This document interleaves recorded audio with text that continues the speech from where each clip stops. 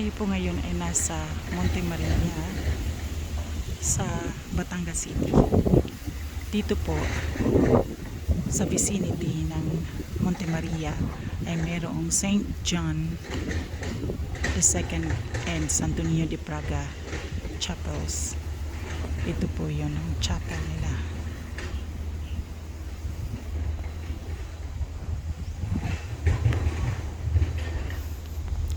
Yan. Atin pong pasukin ang chapel na ito upang ating matunghayan at magisnan kung ano ang nasa loob nito.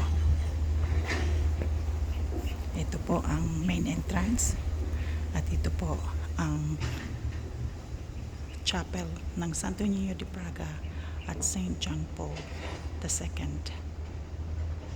Ayan, ito po ang loob ng chapel na ito.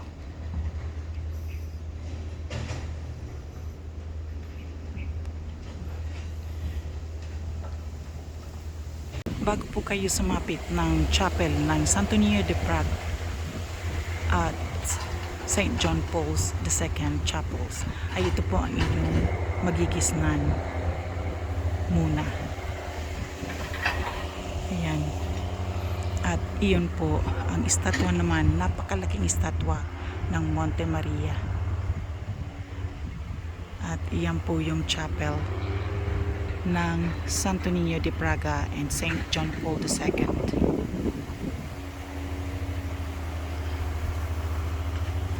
Ito po ang daan papalabas ng chapel. Ayan, hanggang doon sa dulo. Marami po ditong mga puno ng saging at ito po ay nakikita nyo naman ang daming bunga ng saging na ito. Yung bahagi po ito ng chapel ay ito ang napakagandang tanawin na inyong masisilayan. Yan, meron pong island sa gawing bahaging iyon at ito po ay kabundukan. Meron pong lighthouse doon sa gawing iyon.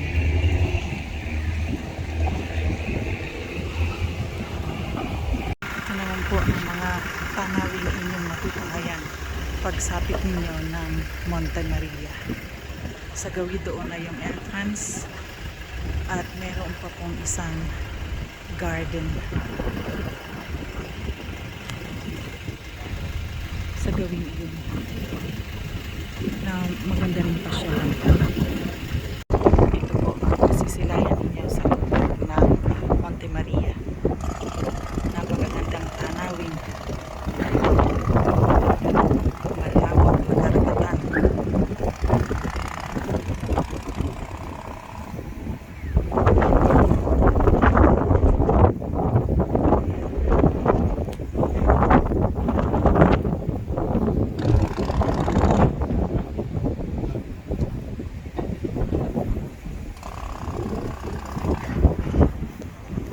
Sa gawin doon ay mayroong refinery.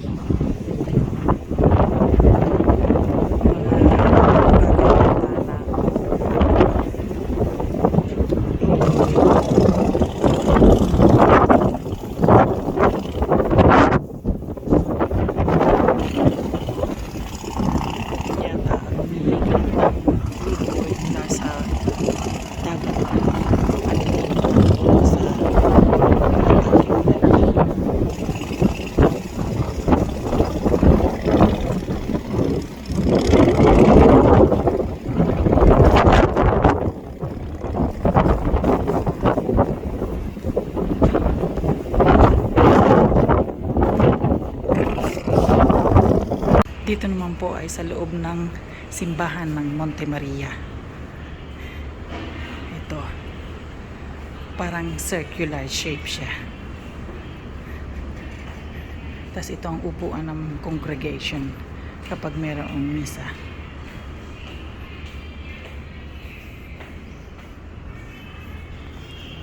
Meron doon sa gitna, meron din dito sa tagiliran.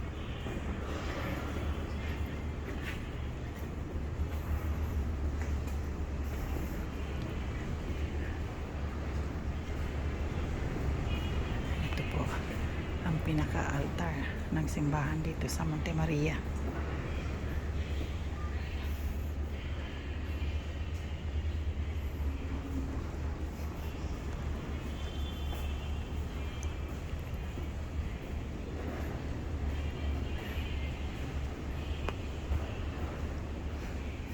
Napakatahimik po dito.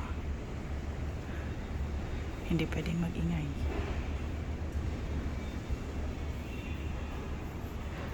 Yan. Paikot dito. Meron din taas para sa mga magsisimba.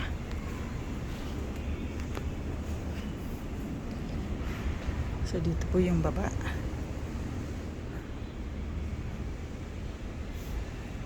At meron pa pong taas doon.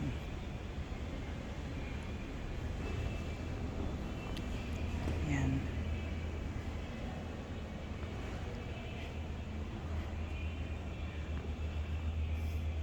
Yan po yung pinaka-altar.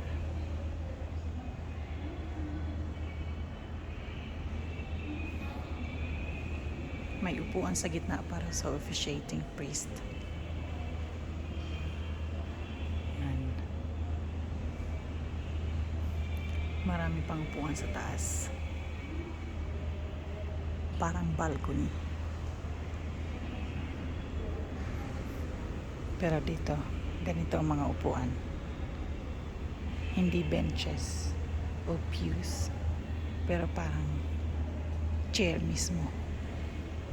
Individual chairs ang upuan ng congregation sa simbahan ito. Ito po ang napakagandang tanawin sa itaas ng Monte Maria. Isang malawak na karagatan at islands. Lakas lang ng hangin dito. Para kang tinutulak. Pero ay worth makyat sa bundok na ito. Medyo paikot-ikot. Long and winding to get up here. It's worth coming up. The view is breathtaking.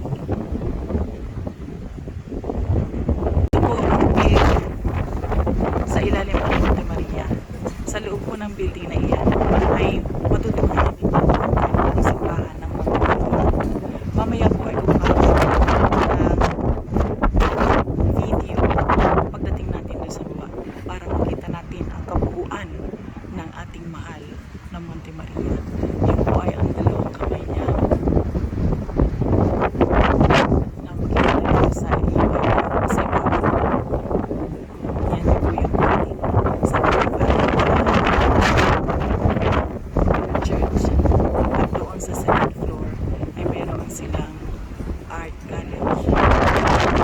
sa gawin pong ito ay ang hagdan patungo Monte Maria.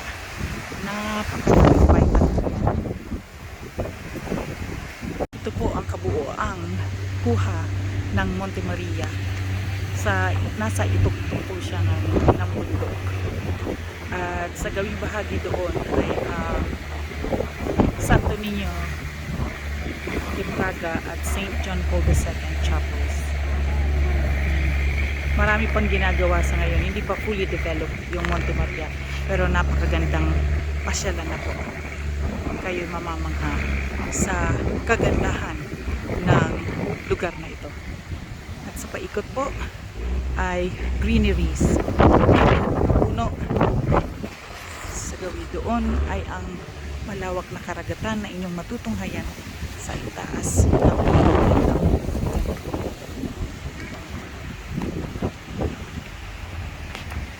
Po ang kabuoang plano kapag natapos ang mga constructions na ginagawa dito sa Monte Maria, Batangas City.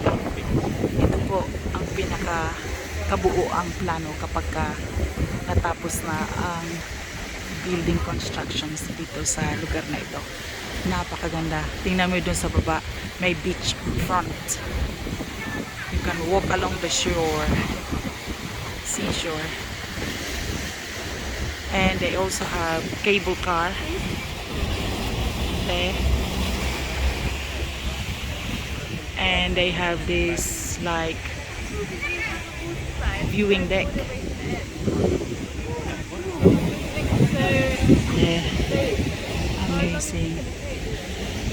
It will take a while to fully finish it, but amazing. I will definitely come back once everything is built. Wonderful. Yan po, isang kuha rin dito sa taas ng bundok na kung saan naroon ang Monte Maria dito sa Batangas City.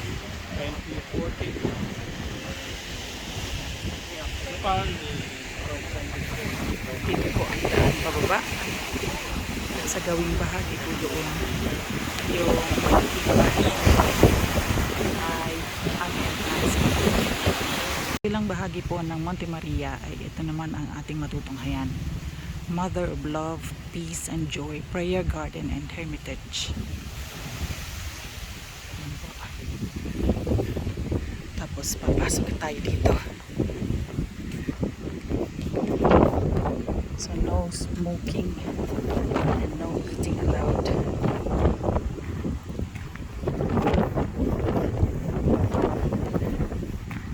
We should observe silence in this place because this is a holy ground where the Blessed Mother visited many times when she appeared to Emma de Guzman together with the legion angels and saints that was assigned by God to accompany our Mother of Love, Peace and Joy. Yan po ang matutunghayan natin sa bahaging ito ng Monte Maria.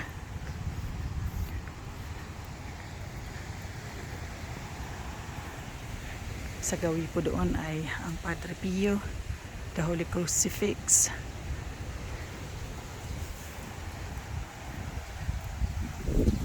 pero maaari din po kayong mag Stations of the Cross sa lugar na ito.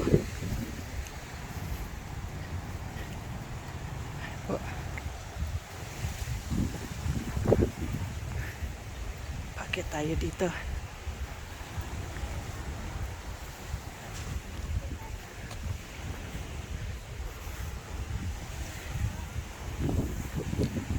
Ayan.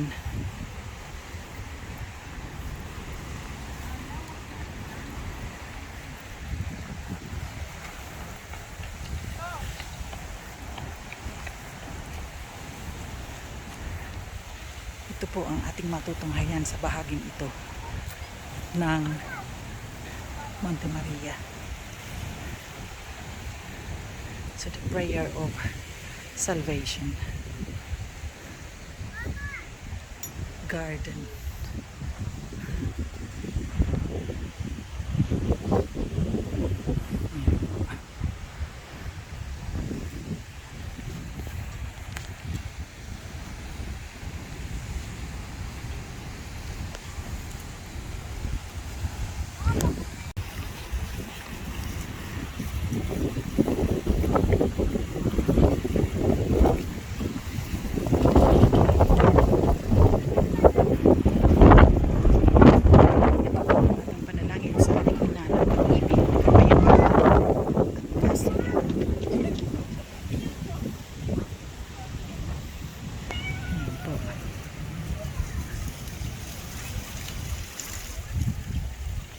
Sa gawin ito naman po ay ang English version.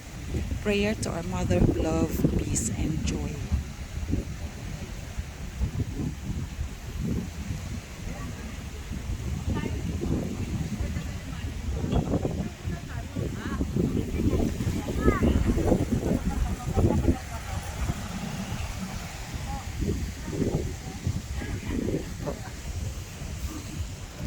Ito, Saint Joseph.